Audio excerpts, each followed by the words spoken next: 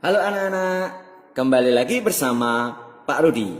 Kali ini Pak Rudi akan menerangkan bagaimana ATM menyelesaikan soal Pitagoras. Nah, untuk lebih jelasnya, simak videonya sampai selesai.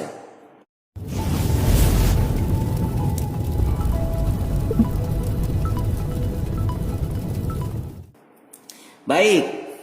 Terkadang anak-anak akan merasa kesulitan untuk menghafal rumus dari Pitagoras. Nah, hari ini saya akan memberikan konsep sederhana bagaimana cara mudah mengingat rumus Pitagoras dan menyelesaikannya tentunya.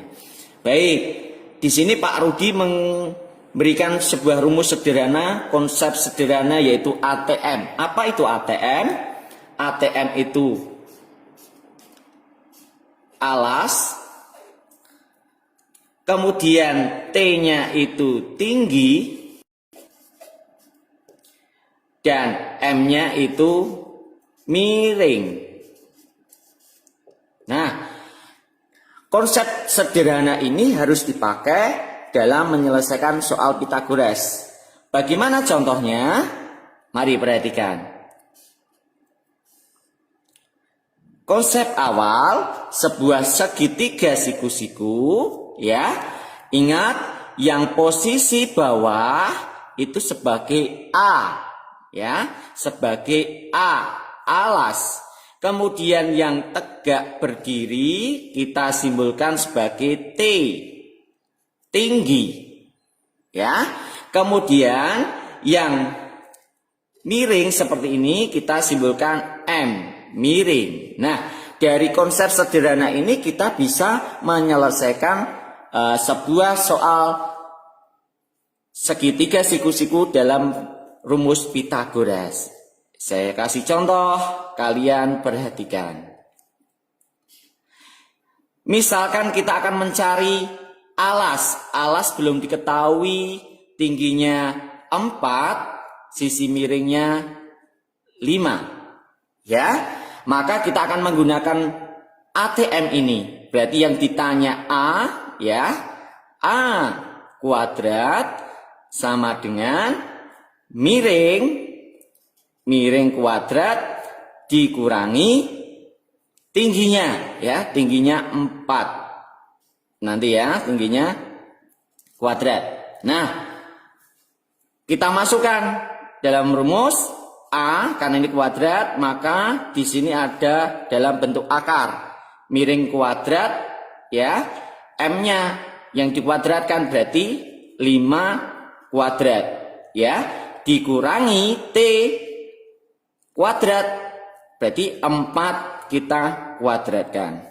Berarti A sama dengan akar dari 5 kuadrat, 25. Kita kurangi 4 kuadrat, 4 kali 4, 16. Gitu ya. Maka A kita dapatkan akar dari 25 kurangi 16 kita dapatkan 9. Maka A kita dapatkan akar dari 9 adalah 3. Ya, konsep sederhana. Baik. Selanjutnya, contoh yang kedua. Yang ditanya T, ingat yang tegak berdiri berarti tinggi ya.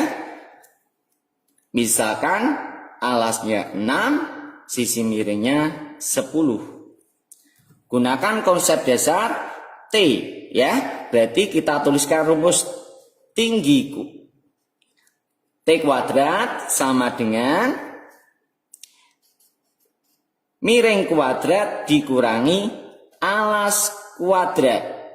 Ya, berarti kita akan mencari T sama dengan dalam bentuk akar miring kuadrat yang sisi miring 10. Berarti 10 kita kuadratkan dikurangi alasnya 6 kuadrat. Nah, T sama dengan akar dari 10 kuadrat. Kita dapatkan 100 dikurangi 6 kuadrat. Artinya 6 kali 6. Jadi 36. Maka T sama dengan Akar dari 100 dikurangi 36. Kita dapatkan 64. Maka T sama dengan 60. Akar dari 64 adalah 8. Seperti itu ya anak-anak. Bisa? Baik. Saya contohkan yang selanjutnya.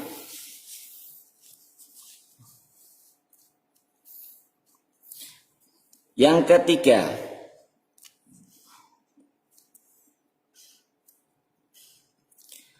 Misalkan kita akan mencari yang miring. Tadi alas sudah, tinggi sudah, berarti kita akan mencari yang miring ya.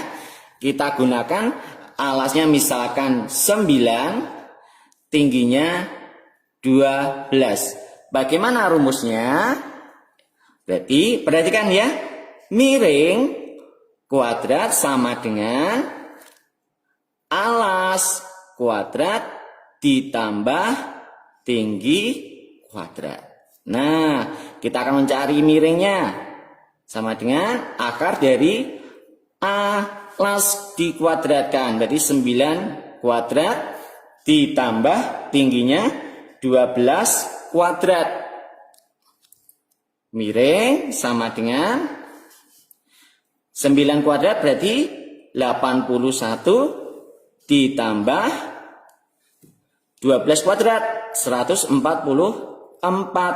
Maka miringnya kita dapatkan akar dari 225. Maka miring sama dengan akar dari 225 adalah 15. Gitu ya. Cukup mudah. Ingat, yang perlu diingat, perhatikan adik-adik semua. Khusus untuk yang mencari miring ya, maka tandanya penjumlahan A kuadrat ditambah T kuadrat. Untuk mencari tinggi ya, ingat rumusnya pengurangan. Miring dikurangi yang diketahui ya.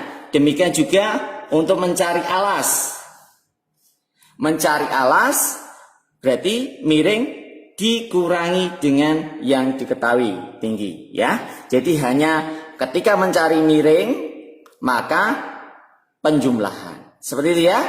Untuk lebih jelasnya untuk belajar, yuk coba satu soal mungkin bisa dikerjakan. Demikian penjelasan konsep sederhana untuk mengerjakan soal Pitagoras. Semoga bermanfaat.